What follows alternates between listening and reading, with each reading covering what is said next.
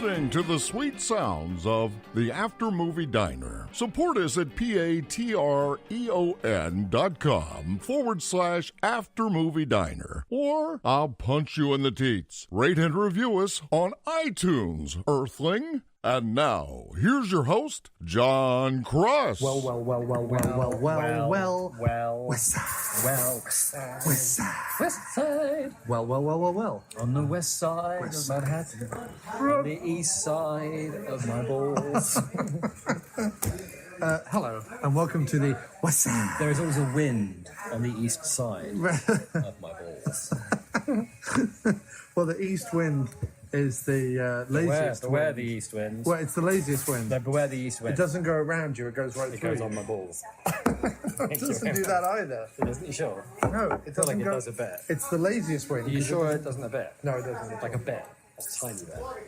Oh, right, let's see what they have.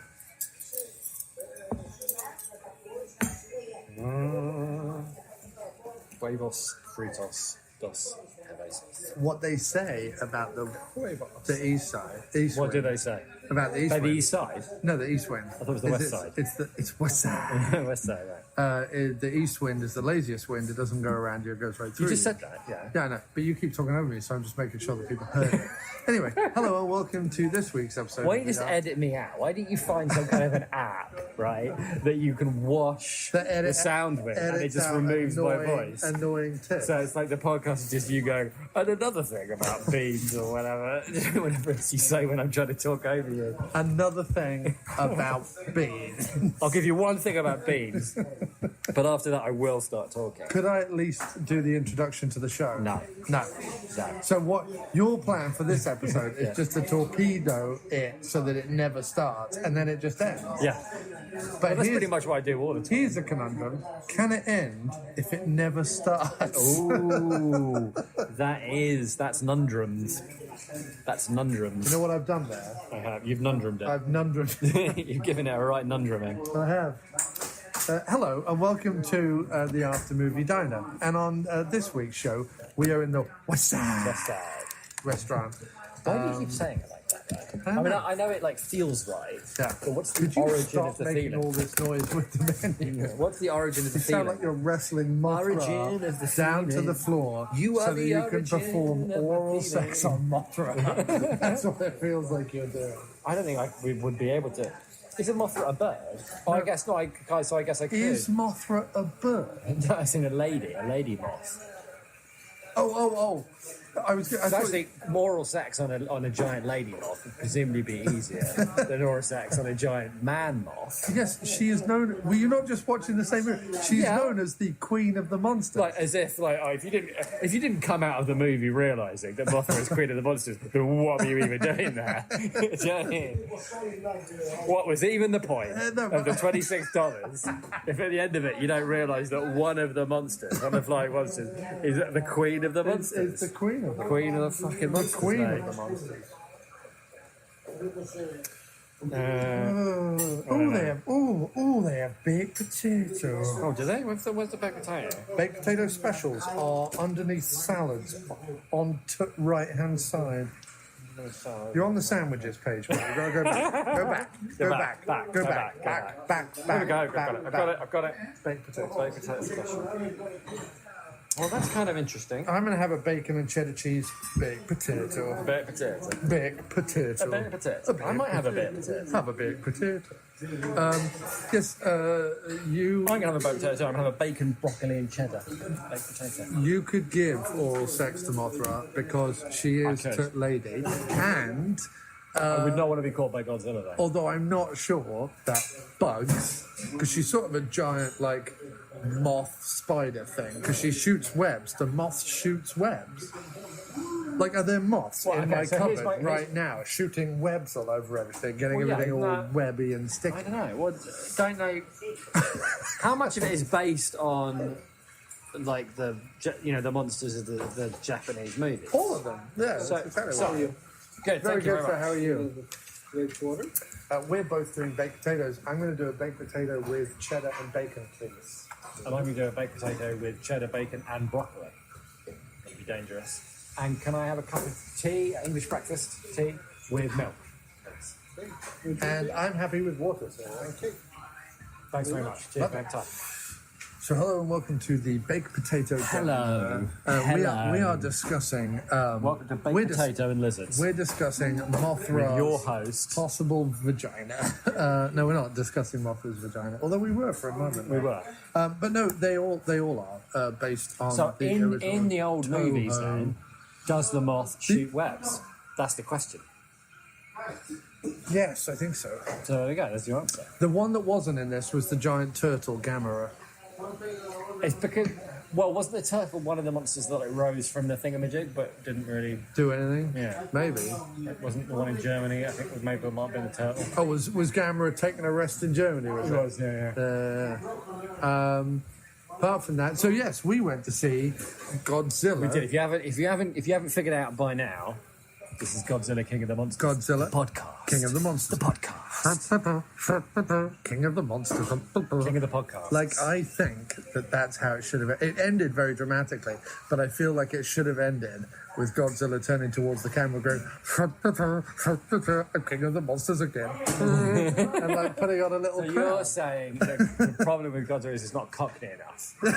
Well, look, You're saying Guy Ritchie should have directed Godzilla, King of the Monsters. He so should have directed. actually He should have done, so shouldn't he? should have He would have done a directed. really- He would have done a quite better good job. But Mothra, you slag. get Jude Law in there. Yeah, no. Listen, I would totally go for a Guy Ritchie King of the Monsters. Maybe they're going to like bust out the monsters, their own like individual, like in the Godzilla universe, whatever. Yeah. So you can give like, you can give the turtle to Richie. You know what I mean? No, don't give the turtle. And, like, the turtle like grows up. The turtle's do you know what I like mean? In the friends- slums of the east side, No, and learns to like turtle pick is- a pocket or two. He's a massive turtle. How have you not caught him picking the pockets? He's literally the size of St Paul's Cathedral. Wait, so Gamera, Gotta pick a pocket or two. Gamera. We is haven't got like- handcuffs big enough, Sarge. You slag. I like that. Gamera, born within the south. Copyright me, Richie. You can't. Within the. No. You've got to be quiet. The people are looking at us. But the two ladies over there. You just got to be quiet. Oh, okay. Is it because I said the word slag really loudly? It's just because you're being very loud, and you don't need to be. Normally I don't. I apologise for his loudness. He won't be loud again. I might be. apologise. Thank you. Sorry. So just to be clear, sometimes when I'm in a diner, I'm too quiet because Yeah. you look at me sometimes. Listeners, you never see his annoyed expression. It's a very specific. You're speaking too quietly, and it's getting annoying. Right. Expression. But that's this, normally- This is a different expression. That's this is that normally- you're speaking too loudly. That's normally when we're in a diner with lots of loud music on, and the whole place is filled with people chattering. But I'm like a broken television. I don't have volume. Yeah, we've done this. This was last week's banter. Don't No, re-banter. no. We didn't do banter We did about broken for late televisions. night. For late but late night you said you had no. I just edited it the other day. You said you had Now, no. when you say modulation. edited, do you mean edited it out? So actually, I should say it because people No, I didn't hear edit it. out. You're re-bantering the same banter, and we've already done that. I never said anything about. You already said you couldn't modulate your voice. In fact, this is the third conversation we've had about it in the podcast I feel like I'm history. telling it to my mum. Yeah, you are just redoing banter. Never redo banter. I'm not Can redoing we go- banter. I've just can forgotten we- what I've said. Can we go back? I was going to make a. You're going to edit out the whole redoing No, banter part. I was going to make a thing about Gamera being born within the sound of Bow Bells, but you went off being loud. No, I wasn't. I was just louder. Then you And started telling me off, and then like my people, dad. People were looking at us, Right. and I got all self-conscious. Okay, all right. And I'm having a lot of fun, but I'm Yeah, having. we're having fun, but there is such a thing as too much fun. You know what I mean? Well, no, there's such a thing as too loud fun. Yeah, fair enough. Like big fun, people used to tell them to be quiet. Hey, who was Big Fun again? They were just some pop band, weren't they? Weren't Big Fun like a pop? I feel like Big Fun were a pop band. Yeah, and people used to say, "Could you keep it down?" Yeah, like practically to the level of silence, or even just giving up. Yeah, but If you keep it down so much, you just give up. I'm quite excited by your idea of a remake of Oliver with Gamera. Well, that kind of works. Yeah. Gamera. Please, sir, can I have some more? Yeah. Okay. But it'd be more like. Well, Gamma apparently exists and survives entirely on porridge. And he likes Radioactive porridge. radioactive porridge. Radioactive porridge. And they have to fire it directly at his large shell. Yeah. But they've got to rub it off. Rub it. Urchins have to rub it off. No, the bishop of East London has to rub radioactive porridge into the shell of the massive turtle. Yeah. Because he feels responsible for him since he pulled him out Right. of like the crater off And the who D-Day. plays the bishop? He's got to be like big Winston. and bald. Gotta and be sweaty. Winston.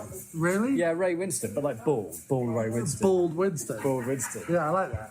Bald Winston applying porridge. I may be a to- bishop, but I'll cut you. Yeah. I'll do you. I may be a bishop, but I'll do what a bishop has to do. I'll roll up my sleeve and Bishop's got to do what a bishop's got to do. rub porridge Slag. and rub porridge on the naughty bits of a giant turtle god. I guess I'm off to do it then. Now, what I was going to say was, before the movie, we got to see a trailer for It 2, the sequel Starring to Ray It. Winston. No. That's not every movie is made by what's his name? Who's Guy Ritchie? Guy Ritchie. Although it would be considerably better if it was made by Guy Ritchie. But in it, you were saying like it, you were mocking me that Godzilla being more cockney wouldn't be a good thing necessarily.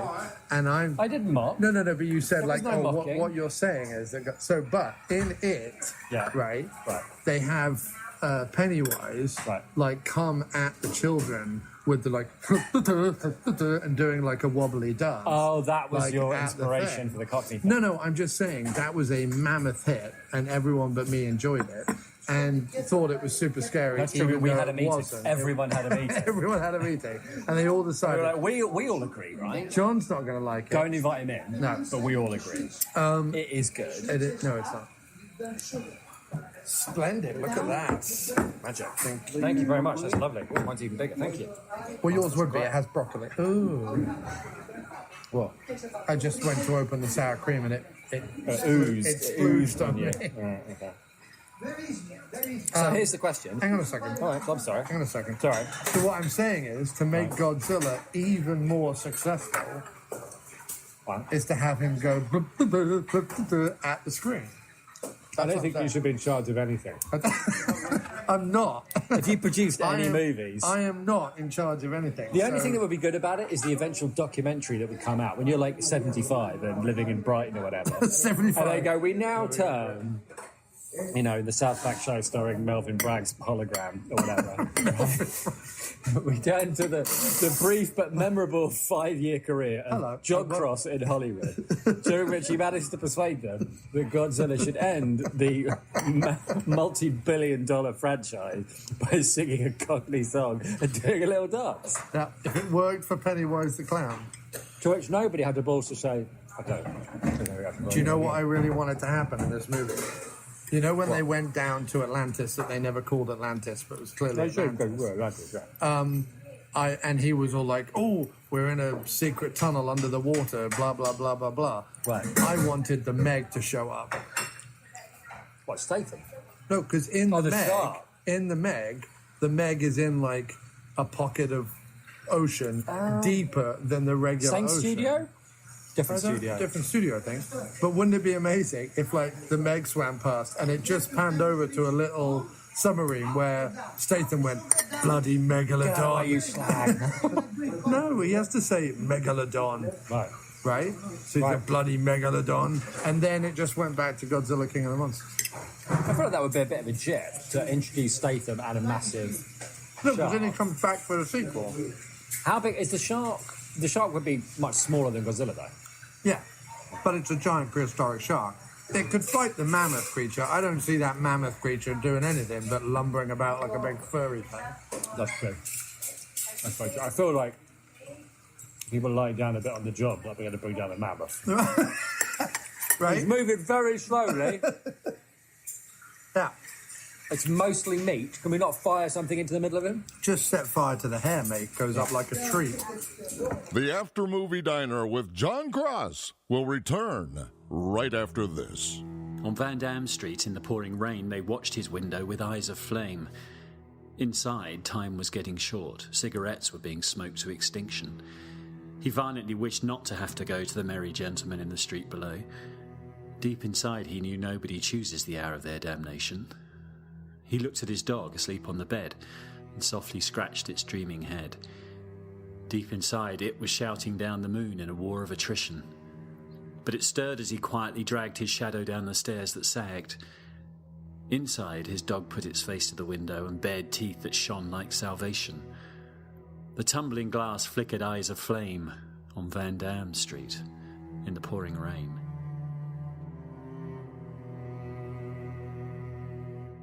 Are You Hurtling Towards God Knows What? A brand new book of poetry by J.E.A. Wallace, available now on Amazon. And we've made it easy for you. You can click through the banner link on aftermoviediner.com. You're listening to the After Movie Diner with your host, John Cross. So I can ask you a question, Dan? Yes, go right ahead. Did you like it? Yes and no. All right. So, yes, I enjoyed it. Okay, I'm with you there. Because I went in determined to enjoy it. I gave a little bit too. I could criticize it from here to the end of the earth, but I feel like that would be sort of futile and pointless. Okay. There was a lot about it I really loved, Right.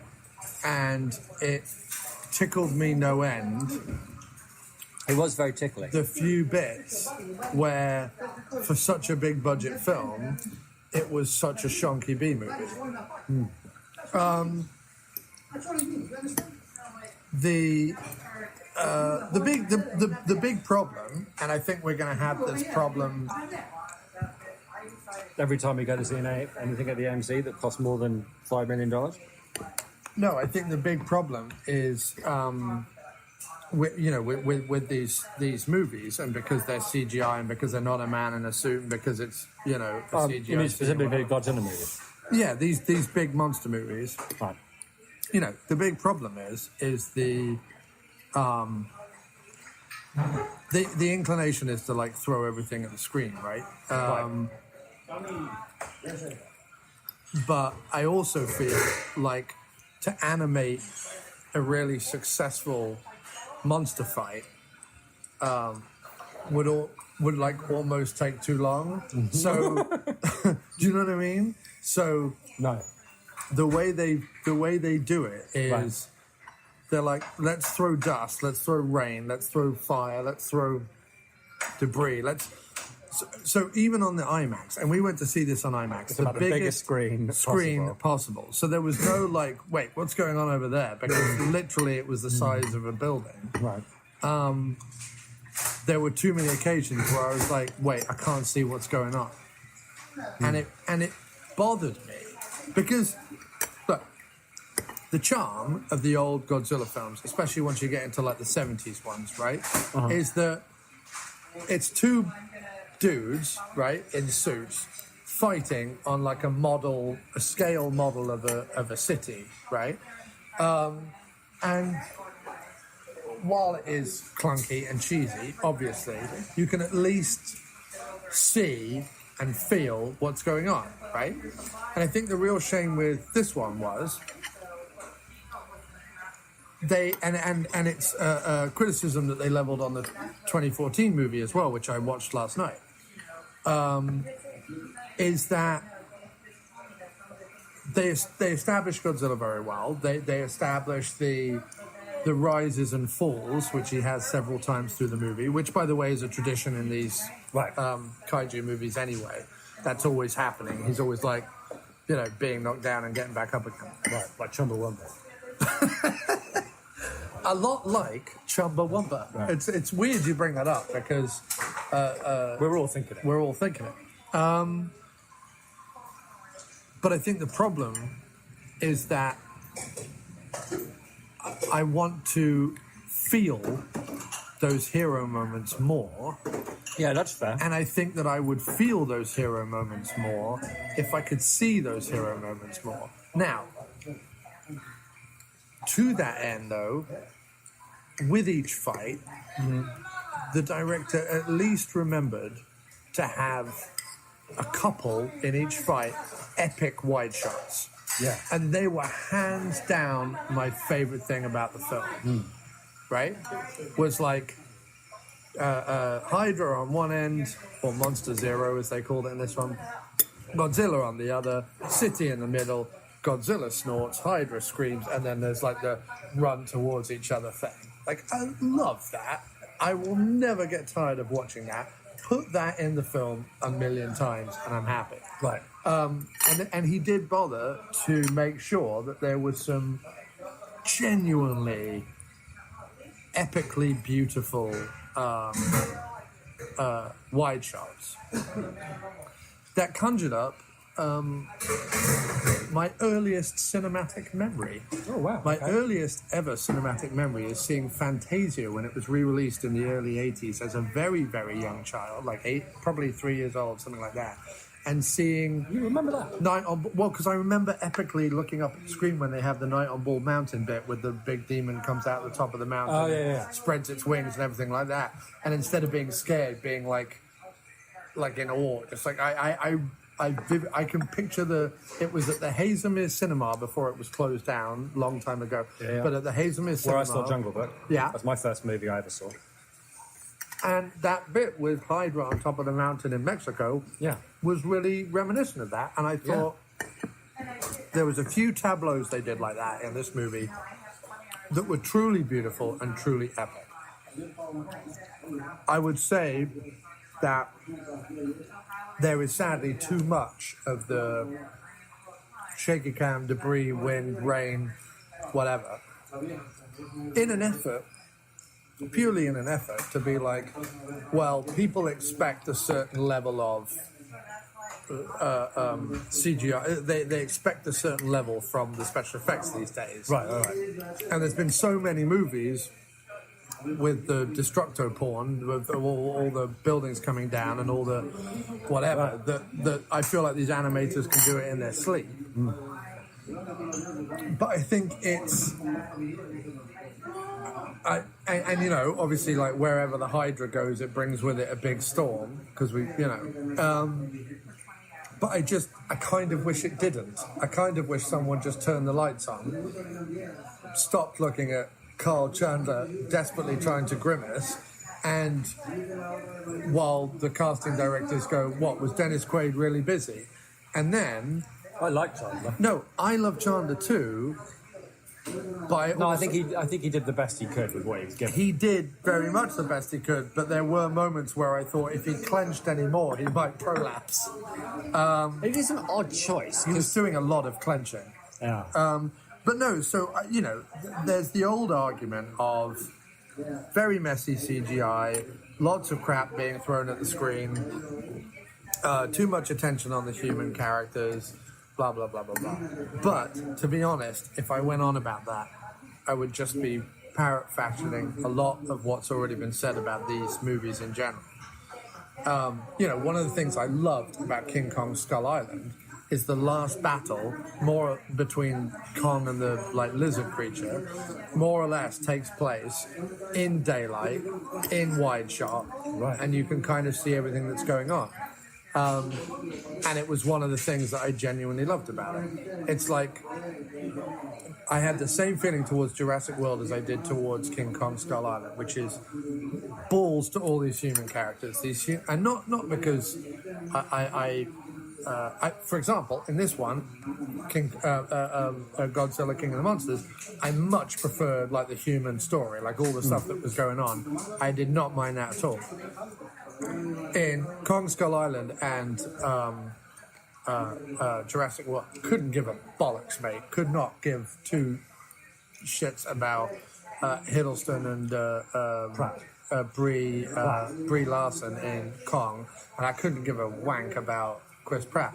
However, the T-Rex fight at the end of that one and the King Kong fight at the end of Skull Island, I was whooping in my seats like I was watching Rocky IV.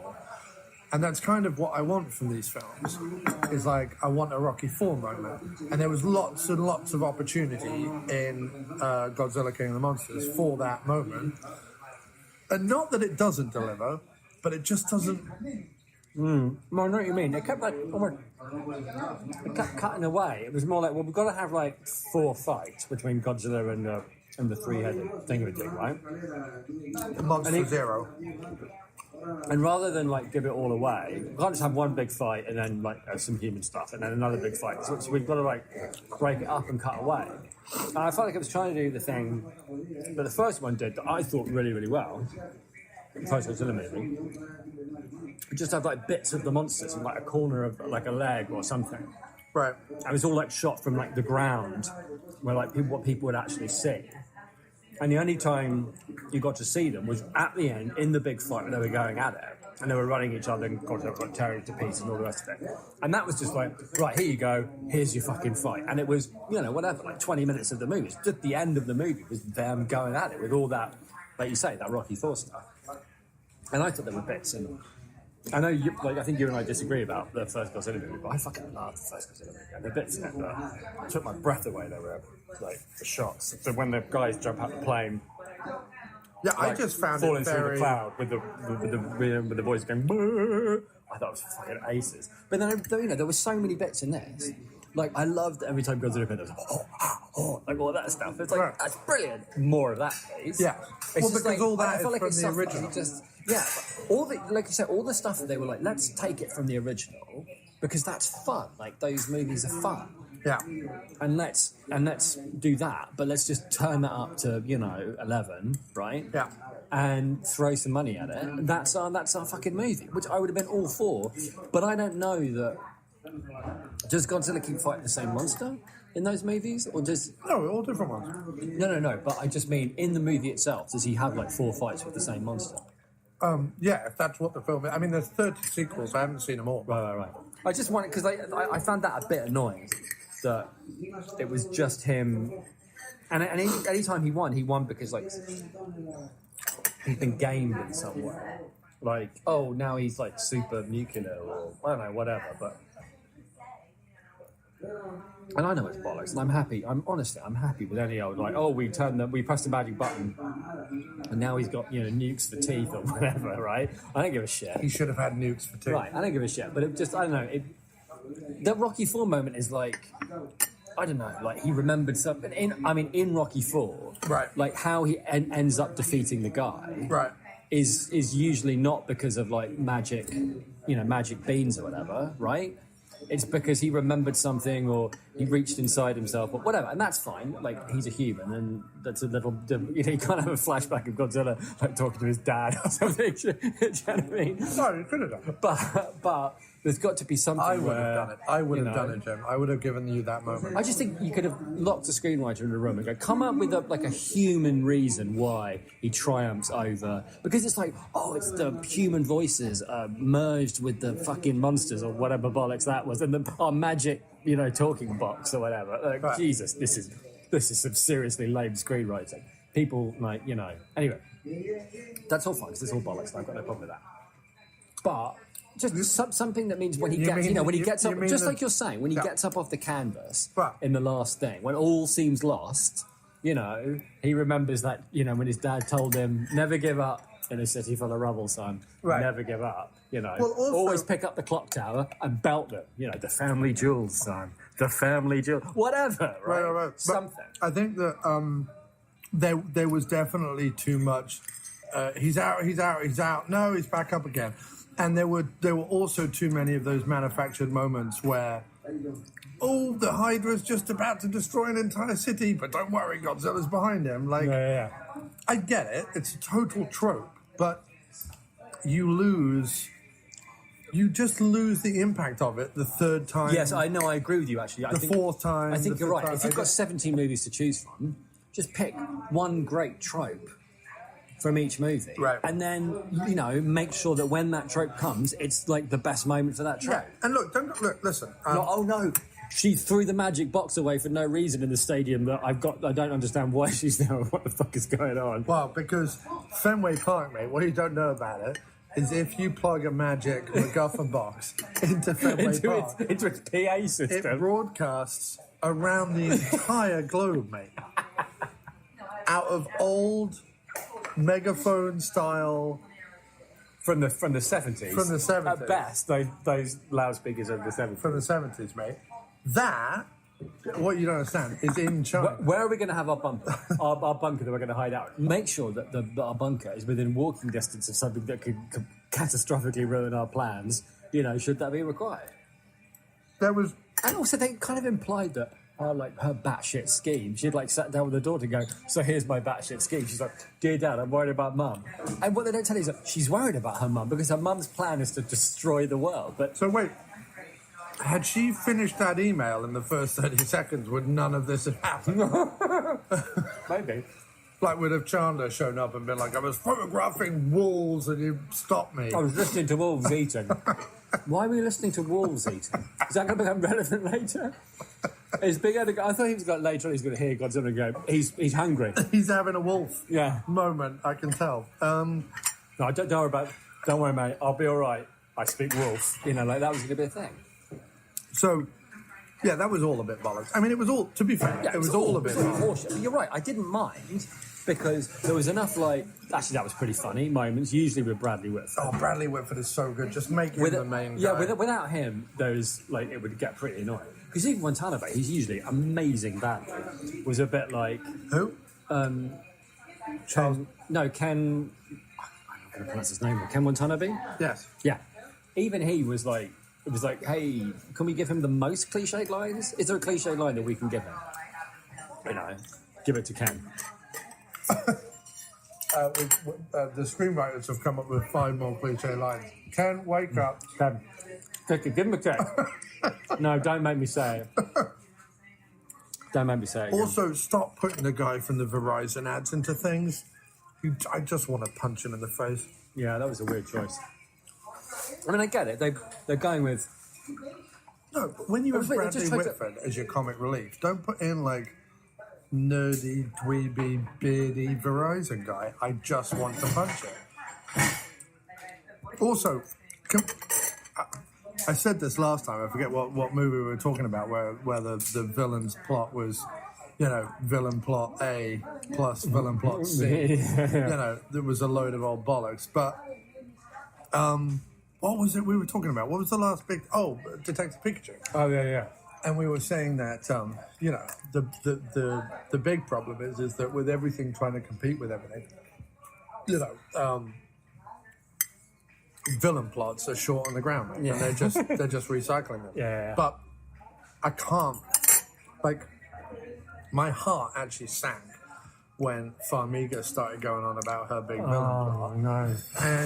And I'm like, wait, is this another humans have to die in order to live speech?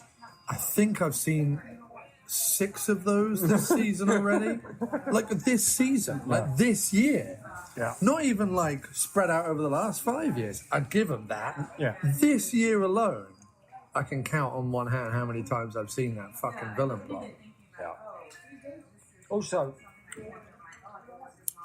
Spoilers, by the way, Farmiga turns out to be evil. Yeah, but she turned to be evil after about 10 minutes. Yeah. I mean, it's fine. I do get it, but there was genuinely no reason for it. Charles Dance... There should have been more Charles Dance. And also, why didn't somebody say to Charles Dance, any chance you could turn the Charles Dance up a little bit? Could we have a bit more, spitting, contemptuous, do you know what I mean, snarls? You know what I mean? Is there any chance you could make us feel more like we're human garbage when you're talking to us? You know what I mean? But there wasn't any lines for it. No, but that's what... Get rid of, have the whole, family... I mean, that was Are they trying to get back together? What's the family thing? Emmerich knows how to do... They've got a family, they've been split apart, they want to get back together. Yeah, but if you put Emmerich's name... He did Godzilla back in the 90s and got shit all over it. Yeah. But I guess what I'm saying... But that had John Reno being, super cool in it. Yeah. Take Farmiga out, right? Charles Dance is the villain. Ego-terrorist. She's so boring at this point. He believes in, restoring the balance by, I don't know... Whatever, who cares? I'm going to unleash them because, someone's got to unleash them. Also, I love that bit at the beginning where they were he's unleashing them in order to extract DNA. They were like, why would anyone want to do that? They're like, oh yeah, you know, There's not a pharmaceutical company in the world that wouldn't want a bit of an animal. Bit of Godzilla's DNA. And cool. Also, could I just point something out? Like, isn't Godzilla created because of like the nuclear testing back in the 50s, which plays into the fact that they're able to like recharge his batteries by having Watanabe like throw a nuke at him. But why is then there all this bullshit about, oh, they're the ancients, they've been around forever? Well, they haven't, have they? It was all out of nuclear testing, wasn't it? Or did nuclear testing just like wake them up? Are they saying like the radiation at the center of the planet or something? I mean, I'm with you there. I mean, I don't know enough about the original Godzilla movies, to be fair. Well, I mean, no, I think that was definitely part of it. I don't know if it's about... I agree there was like an attempt to like bolt on. Oh, they've always been around and now they're reclaiming it. But I mean, I don't know. I'm not sure how... okay, here's my question, right? Who built the instrument that accurately gauges how long it is until the radiation that they've injected into Godzilla turns him into, he explodes? So like 6 minutes until he explodes. How do you... What's on your little screen that says you've got 6 minutes? Oh, here's the countdown clock. They have his pulse rate and they have his heart. Yeah, but you can't look until he explodes. Right. 6 minutes. What? Right. His pulse is speeding up and he seems to be getting higher in radiation. That's as far as I'm prepared to go. But to go from that to 6 minutes until he explodes, right? Like, what's their frame of reference here? Well, do you know what I mean? The last time he exploded, the last time they injected a giant, furious lizard with a nuclear energy that can't possibly be contained. Yeah. The only bit of the whole movie that rubbed me up the wrong way, well, there are two things that rubbed me up the wrong way, but the bit that really rubbed me up the wrong way was at the end, Godzilla's like, I'm a nuclear bomb, and I stamp on you, and I win because I'm basically a nuke. And then, like, the whole city's wiped out by a nuke. Am I supposed to go, hooray? And I feel a bit like, I don't know that a city being wiped out by a nuke in a proper nuclear explosion. It's not like Godzilla did something awesome and he happened to be powered by a nuke. So much they don't even want to walk past you to the exit. Oh, do they? Yeah. Who are they, the people that hate it? Two women who sat over there. They'll be fine.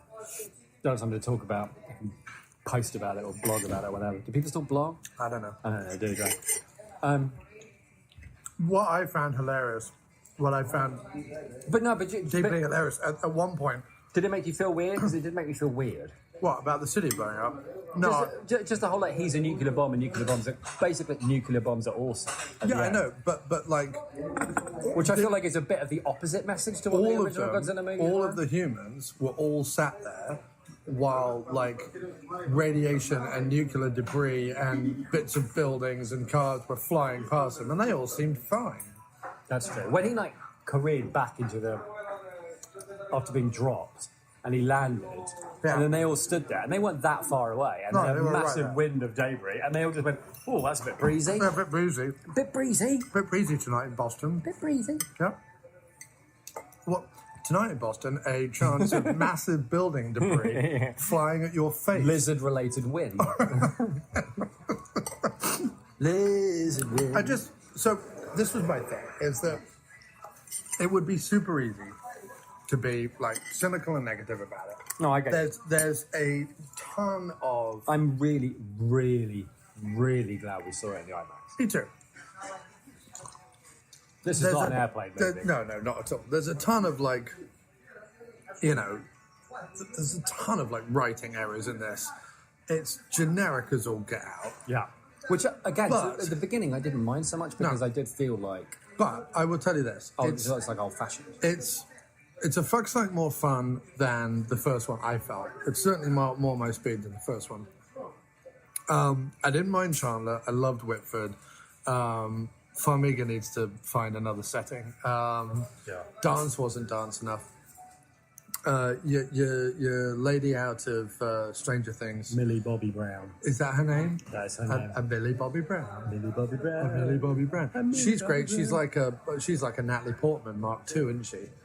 I mean, I just mean, like, at the beginning, there was something of the professional, like Natalie Portman in The Professional kind of thing. She just has I thought she was a bit bland. Well, she never much to do, does she, except run around? No, that's true. and scream. But most of her thing was like, wait, what? Why? Right.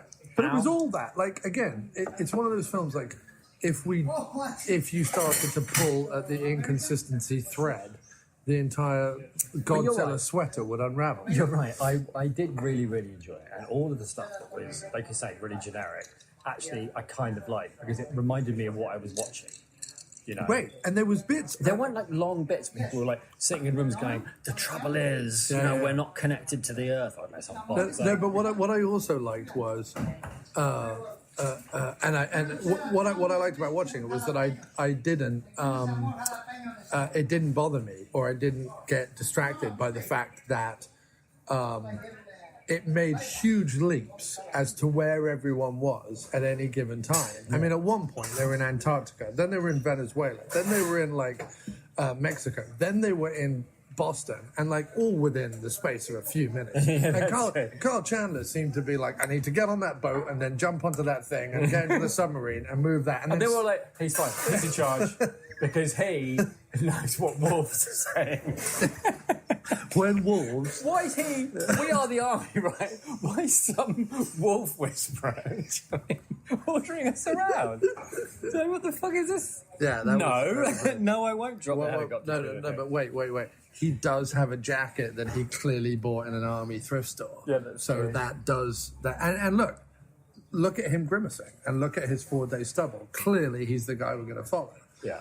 Even at one point, the general dude, the guy from Sneakers, what's his name? Who was in... Stratham. David Stratham.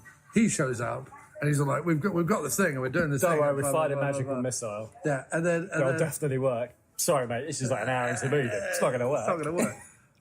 But Kyle Chandler was like, no, none of that. We shouldn't have done that. Don't do that. Do this instead. Go this way. Walk it. But what was great was he was, throughout the movie, I mean, unless this movie took place over 4 days, which it didn't, unless this movie took They place... did have a really massive ship. They had they had numerous massive spaceships. By the way, that massive spaceship thing that they were flying around it got destroyed at least 3 times during the movie. And then every time they need, well, hang on a second, we need to be 7,000 miles from where we are in 10 minutes. No. Just hop on the magic spaceship. All right, that'll do. How do we get from Antarctica to Venezuela in 2 minutes? Build me that ship. Yeah. And if you don't know how, find a man who knows what wolves are saying. Not only that, but this government agency that the government doesn't even like or trust and is trying to shut down and therefore would be woefully underfunded has more technological advance than any other branch of the military. That's a good point. Where are they getting their money from? I don't know. It's probably... They're selling off I don't know, Ken Watson. you want to have a look at Monster? Do you want to come and see it? Want to see a monster? It's 2 mil. 2 mil, and you can see a monster. There was a great bit at the beginning. Sally Hawkins, right, who plays the woman from Shape of Water and is in Godzilla 2014 and in this one at the beginning. It was a really funny bit at the beginning. And I love how we haven't explained the plot because basically Wolf Whisperer gets involved with secret government agency where there's also a bit of military. They go around the world. There are monsters. They've all been woken up by Charles Dance and Vera Farmiga. Plot twist. Godzilla needs to be resurrected with a nuclear weapon in Atlantis.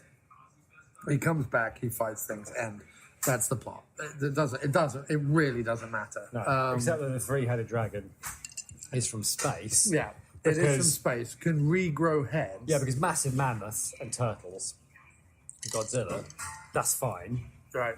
But 3-headed dragon? No, mate, that's from somewhere else, isn't it? That's from space. It's from space, mate. That's just impossible. Yeah. Well, that's why they're not rebuilding the Earth; they're destroying it. That's right. Even though her whole point was, once a monster has destroyed a city, things grow in its place. Which, by the way, happens if you just leave cities alone. Like if everyone clears out... Like if you killed everyone, Yeah. trees would grow. Right? Can we find a way to grow the trees that doesn't involve murdering everybody? How about we take all the money that that you've ploughed into Monarch, building huge containment systems for these monsters. Here's an idea. Take, I don't know, half the budget. Keep the containment system budget, but you don't need your Bondish lair out in the middle of the ocean with your 500... They're like, Outpost 64. You go, but there's only 17 monsters. Yeah. So what are the other 50 outposts even for? Well, it's money, mate, money. Yeah. So, what do you need that outpost there in Rio de Janeiro? It's a bikini outpost. It's very good for morale. Well, you seem to have an outpost in Monte Carlo.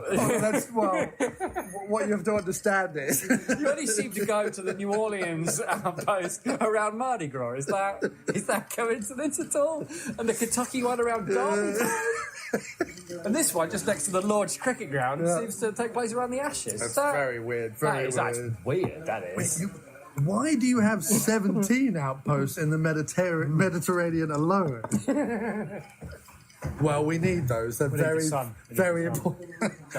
We're doing olive oil makes you live longer. We're doing larvae research. Larvae research. Larvae research. The effect of sunshine and alcohol olive oil and alcohol on larvae and lounging around.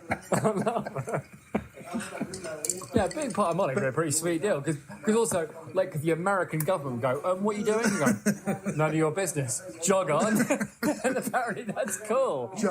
17 giant monsters. Yeah. I'm sorry, can we go back to clause 17? So what is your plan with the giant monsters? It's been 5 years since one of them destroyed San Francisco. Yeah. So what's your plan? Yeah. Well, I mean... Godzilla seems pretty cool, so maybe the other ones are too. That's what 5 years has brought us. Yeah. That's what 5 years of leaving you alone. Yeah. You seem very tanned. Do you know what I mean? Wait, have you been at Outpost 37? Why are you wearing a Hawaiian shirt and holding a pina colada? Yeah. Wait. What about this Outpost? Just dragging away from a very important meeting. The Great Barrier Reef. Oh, well... We have to be there, mate. It's called the Great Barrier Reef. There's probably monsters there. Probably monsters. Call something great. Probably monster. Probably monsters. We've got a fish monster. We'll go back to you.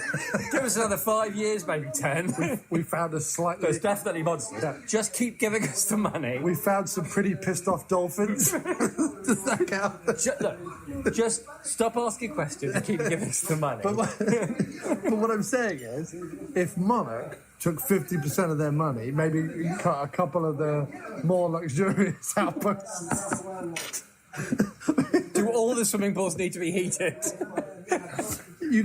They could buy a part of the rainforest and just grow some trees. How much on cocktail umbrellas?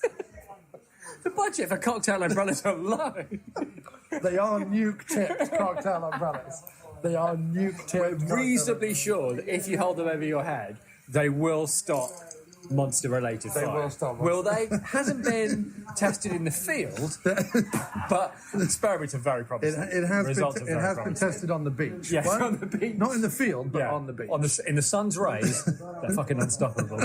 I'm telling you. They stopped my ice cubes from melting for at least an extra 3 months. I was out on the beach every day with those umbrellas. Suntan lotion alone is enough the gross national product of Belize. I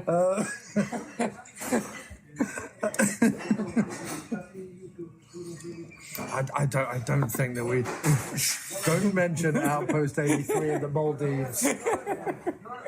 Outpost 83 is the Maldives. We just bought the Maldives. But no, you're right. Unleashing 17 giant monsters to duke it out so that we destroy major parts of the world so that maybe some trees can grow. It's not. I don't know. I think that I've found a flaw in your plan there, Vera. Just say it back to yourself out loud. Also, can you imagine being Farmiga and like the day you have to do that speech, which you know is utter bollocks from top to bottom. You have to sit on looking at a laptop doing this speech. You've got to, as an actor, you've got to dread that. I've got to say what? Yeah, you're probably right. I want to destroy all the planets so that some trees can grow. You're right. I bet she did. I bet there was a moment of crisis. Also, since when did... That could be like a TV movie. Since when did radiation make magic vines grow? When was that a thing? Is that a thing? No, that's not a thing. Is it a thing? It's not a thing. I thing. thought photosynthesis and solar energy. Go right. Yeah, please. Yeah, thank you. Yeah, you're right. That doesn't happen. I mean, even... Well, because also, the big flaw in her plan is that all the nuclear testing sites on the planet that currently exist are all utterly barren. Like, if you go to the Nevada desert where they used to test nuclear, like, the sand is literally white, and you can see the horizon for 360 degrees because there's literally nothing living there. So that's a major problem, right? Well, radiation makes plants grow. Next, sweep that under the carpet. Yeah. You're a doctor of what now?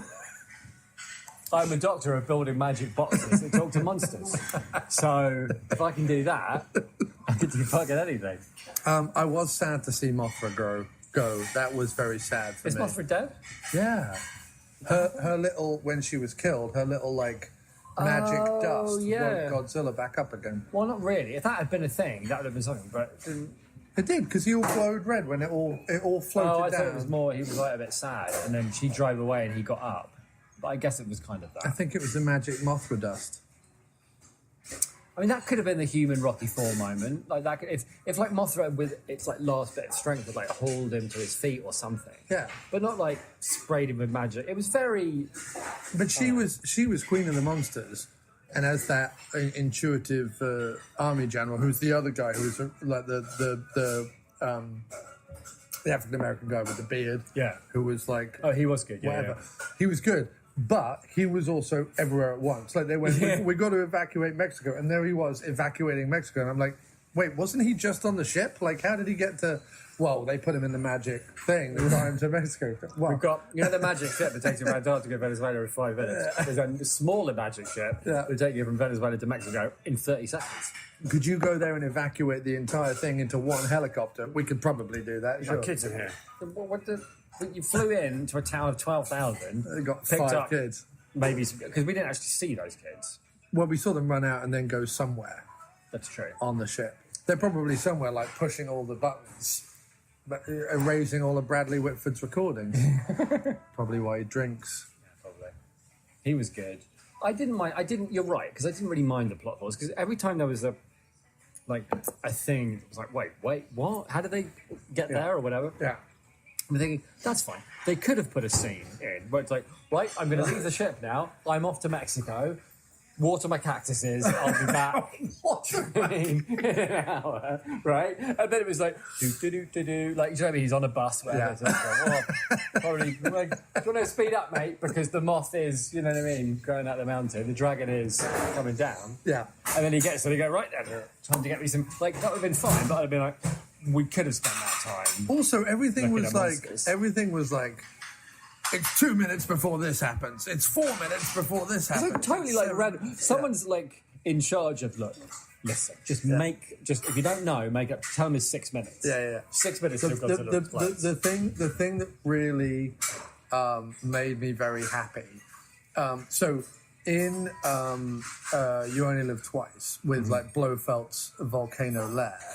There's, as well as him having all the like guys in jumpsuits with guns as well. Right. He's also got like the little electrician guy and the guy who's running the helipad and another guy who's on the radio. And he's got like all these, probably a cleaner or 4. Yeah. I would imagine a volcano lair probably needs dusting. He's got a recruitment agency to die for. Right. You know what I mean? But what was really... He may not be very good at like defeating Bond, but his recruitment skills... Second to none. Do you want to go work in a volcano lair? Yeah. Sure, that sounds great. You will have to wear a tracksuit and hang out with 500 other people. Yeah. Probably only mashed potato and cheese. And you do all sleep in the same room. You do all sleep. You only have beans. Well, you don't sleep. No. Not if you work in a volcano lair. It's a 24-hour job, mate. Round the clock. That's true. Until you die. Then you're killed, and then there's more recruitment. Explodes. More recruitment. But no, in this one, when they went out to their platform in the ocean special lair, and they were going down on a helicopter all the way down, right to the bottom. There was a little chappie with a glow-in-the-dark stick, like waving them down onto the helipad, and I'm like, oh, that's nice. That's nice, isn't it? Little chappie. He probably just stands all the way. When are they coming back to Outpost 87? What I like is how massive the Outpost was. Wow, it's really, really big. What do they do here? Well, we sit in one very small room, and we look out of a little porthole, and we follow Godzilla around. Yeah. Seems like this could have been smaller. Do you know what I mean? Like, if being mobile is the thing here, I'm not sure building it the size of, like, the Grand Canyon. But they is the way to go. they are giving that one guy dental, a good 401k. That's true. He's probably like senator's son. Yeah. I mean, they probably did that. Like, all right, I'll give you the money for the lay, but it has to be big enough that my son, whose only talent is waving glow-in-the-dark sticks, can have a job. Yeah. Well, it has to be big then. But obviously, it has to be big. If he's going to wave his glow-in-the-dark stick and not feel like a proper child. Because normally in these movies. Yeah. You know, people fly and land and they do without anybody wave with any glowing stick. Anything.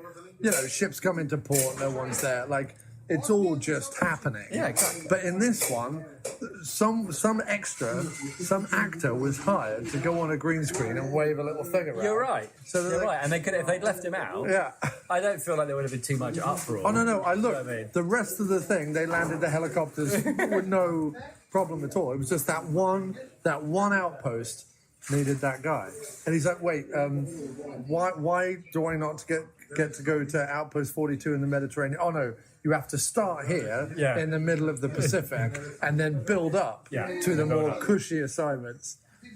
The cushy assignments are just all filled with like louche, fat James Spader types sitting around in open top just like linen shirts. It's basically an army of conmen. Because it's like, are you any good at... Look, no one knows what... these are monsters, right? There's no science here. There's nothing to learn. Can you get us money? We need a lot of money. Yeah. Sure, I can get you money. What do I get in exchange? Well, Monarch is... Here's the employee benefit plan for Monarch. Monarch is a front for Thomas Cook. But I would work for Monarch. Yeah. But only, you know what I mean? I'd work for Monarch, but only at one of the cushier outposts. Yeah, nowhere near any monsters. Nowhere near any outposts. Well, there's only 17 of those. Yeah, exactly. They're spread evenly across the globe. Can't be hard and to find, apparently right? they can all hear the public address system at Fenway Park in Boston. That's just a fact. One of the few reliable facts in this movie. Yeah. But you're right. I did enjoy it. And I'm really glad we saw it at the IMAX. And if you get a chance to see it at the IMAX... And if you're a Yankee fan who doesn't want to see Fenway Park level to the ground... Exactly. It's pretty But it was fun. It was silly. It was silly fun. What I liked about it didn't annoy me like a lot of the blockbusters. No. And in its basic storytelling, it follows very closely what you would expect from a monster movie, specifically a Godzilla or a kaiju movie, as they call them, a kaiju movie. It does follow the pattern pretty closely. They listened to what people said about Godzilla 2014 and like ramped up the fights and, you know, made it more exciting and blah, blah, blah, blah, blah, and added monsters and all the rest of it.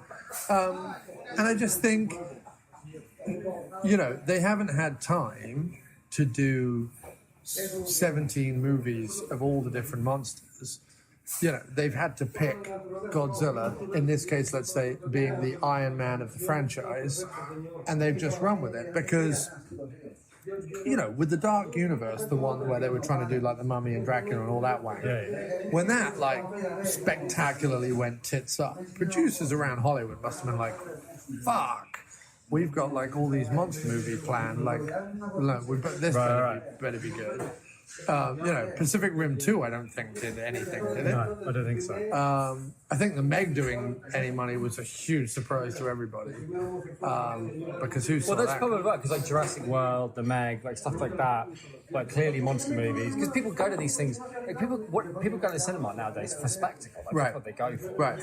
And if it's a monster movie, you go, what? I think the thing is, like, if you're going to see a monster movie, right, you're saying, I'm going to hand over my money, and I'm going to see some spectacle, because it's a fucking monster movie. Right. You know what I mean? I'm not going to get gypped with, what's the city on wheels doing? You know what I mean? Or, I mean, like, I don't know. But that kind of thing. I feel like the way we've been burned with blockbusters, people do. But I think when you go to see a monster movie, you know what you're going to get, and you come away reasonably happy. That's why, even though Godzilla didn't get very good reviews, I think it did pretty well. It made tons of money. Skull Island was the same. Didn't get great reviews, but made tons of money. But I legitimately thought, like, I know a lot of people were very impressed with like Peter Jackson's King Kong in terms of the animation of the actual I like the movie gorilla too. and its circus or whatever. But in terms of monster fights, at the end of Kong Skull Island, when it was fighting the giant lizard thing, I was like, that's brilliant. Like, that should have been more of the film. Yeah, fair enough. And so, and just someone somewhere when making these movies needs to learn about hero moments. Yeah. And it doesn't. The thing is it doesn't have to be. It doesn't have to be a big thing. It doesn't always have to be the boom, boom, boom, boom, boom, boom, boom. Here we go, which happened in this movie like 17 times with his tail lighting up, and it was like whoop, whoop, whoop, whoop, whoop, and then, a big explosion. It doesn't have to be that. Like, I know I always bring it up, but like I go back to Wrath of Khan. In Wrath of Khan, the hero moment is him literally. He's like, I don't believe in the no-win scenario. Flips his thing and goes, Spock, how we doing? And you just, at that, like, it's literally 2 lines. It's paid off an entire build-up, but it's 2 lines. No one, like, cheers. Nothing explodes. But it, like, just recounting it to you. I'm like, that's so fucking cool, right? Yeah. Just like in Wrath of Khan again, where he's like, we're only alive because I know something about these ships that Khan doesn't. And stuff like that. Like, hero moments can come out of small moments and ingenuity and like a thought or an idea or a moment. It doesn't always have to be bum bum bum bum bum. But if you're gonna have like a big explosive hero moment, you can only really do that maybe twice in a movie. You can do it in the midway point, and you can do it at the end point. But you can't like keep. That's why the 2014 one works so well, because that thing of like the blue fire was like, wait, what? Like at the moment he seemed at his weakest, there was this thing that he could do that he drew on, right? That clearly like wore him out. It's like a one. Because in the movie, my memory anyway, is just like a one-time shot thing. It's like I watched everything. Last night and I couldn't tell you. Yeah, I think it's something like that. So when it comes, it's like my problem with Godzilla 2014 is I watched it last night. I couldn't even tell you anything that happened, and I watched it last night. I still really like it. No, I think there is a way to watch it where it hits you more, but like I couldn't.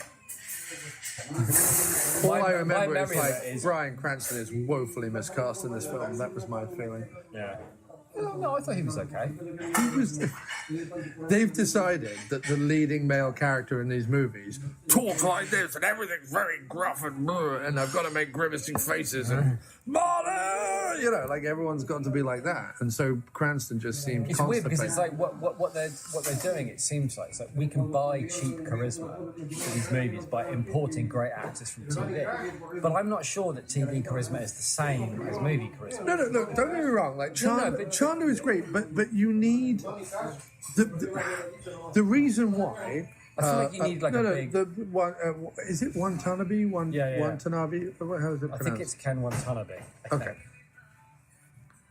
The reason why he's so much better than Kyle Chandler in terms of this movie is that at no point do you need someone who can like run, jump, and punch someone in the face, because who's he going to punch in the face? Like these are huge monsters. Unless you're going to have Chandler face off against Dance, like unless the end of your movie is Chandler beating the hell out of Dance while Godzilla beats the hell out of Hydra in the background, which by the way would have been amazing. Why didn't they do that? Yeah, and what happened to Dance? He just went. Yeah, is he gonna like come back? Maybe. But what I'm saying is, unless you need him to run, jump, punch, whatever, you don't really need a Indiana Jones type in these movies. You need like you need your Bradley Whitford cracking wise and being good with you. It's got 4 minutes till the winkle pickers explode or whatever. Until the Hujima flip goes nuclear. And you need your epic historian spouting, myth loving, which you have in Ken Watanabe. So like those characters are far more interesting in this world because you're not following the usual action thing of whatever. This isn't the Rock in San Andreas or Dennis Quaid in The Day After Tomorrow. No one's got to like run and jump ravines or whatever. In fact, to be honest, they could have all stayed home. You know what I mean? Like if with a TV and a telephone. If all the humans had stayed home, they wouldn't have like suffocated Godzilla, and it would all be fine. That's true. It would have worked out fine. Yeah. No, because he lost the fight. Even when he was all right, he lost the fight to Thingamajig. Right. And he ripped off his head, but it grew back. So he needed to be injected with it. No, I see what you're saying, but like from the shitty screenplay point, he needed to be injected with a nuclear energy drink in order to stamp the monster into existence. But they could we should finish up. They could have just dropped a giant iron brew down into the ravine and just been like, that's enough. But all I'm saying is, next time I want more. Like I kept thinking, like if you had even if you had like a glorious old ham. Like I feel like it's a bit of a jip to talk about Skull Island and not have Kong in it at all. Yeah. Like I was a bit gypped by that. I was a bit. Well, like, I wanted. Again, it doesn't. If you're going to have Godzilla fighting King Kong, I wanted Kong, Mothra, and Godzilla, who I think are the three main good ones. Or at least, if Godzilla and Mothra are going to fight Hydra, at least have Kong fighting the mammoth thing. Well, presumably they're saving Kong for Godzilla versus Kong. That's the big movie. That's going to be their like Avengers Endgame. So Godzilla v Kong. Yeah, man.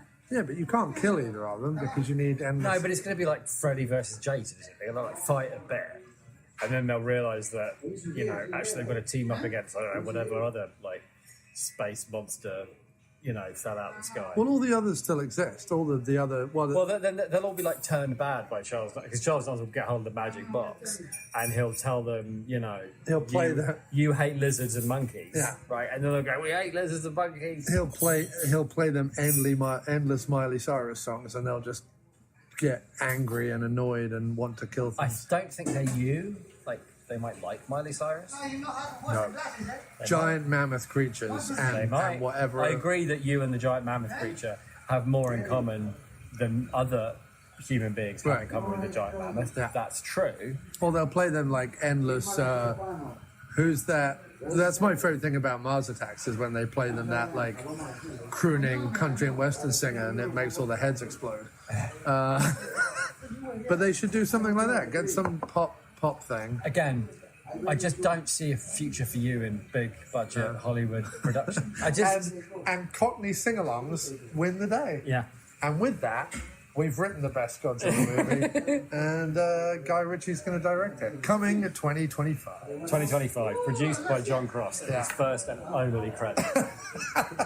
From the producer of Lots of Wind. From the producer of Freedom Gas. Freedom Gas. All right, that's enough. Land of Song is it features the national songs and dances of Wales. Now, what about if London had its own song and dance program? Could it be something like this, the Cockney Street of Song? My old man said follow the van and don't dilly-dally on the way. Off went the van with me own packed in it, and I walked behind with me own couple in it. But I dallied and dallied and dilly. I lost the van and don't know where to go. Oh, you can't trust the specials like the old-time coppers when you can't find your way out. Oh, any old iron, any old iron, any old iron. You look sweet, talk about a treat. You look a dapper from your napper to your feet. You're dressed in style, ladies' style. Your mother's old green hat on, but I won't give it tons for your old bird cage. Old iron, old iron. Oh, don't be like that, girl. I was only kidding. What a mouth, what an north and south. Cried, what a mouth he's got. When he was a youngster, oh Lord love, was poor old money, beat him with a shovel, what a gap. Poor chap, he's never been known to laugh.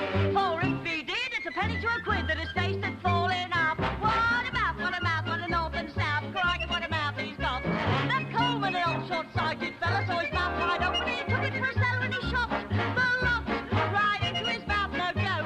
Now 10 poor souls got a tummy full of gold and his face is the colour of coke. Now there ain't a lady living in this land, his heart swapped for me a dear old dad.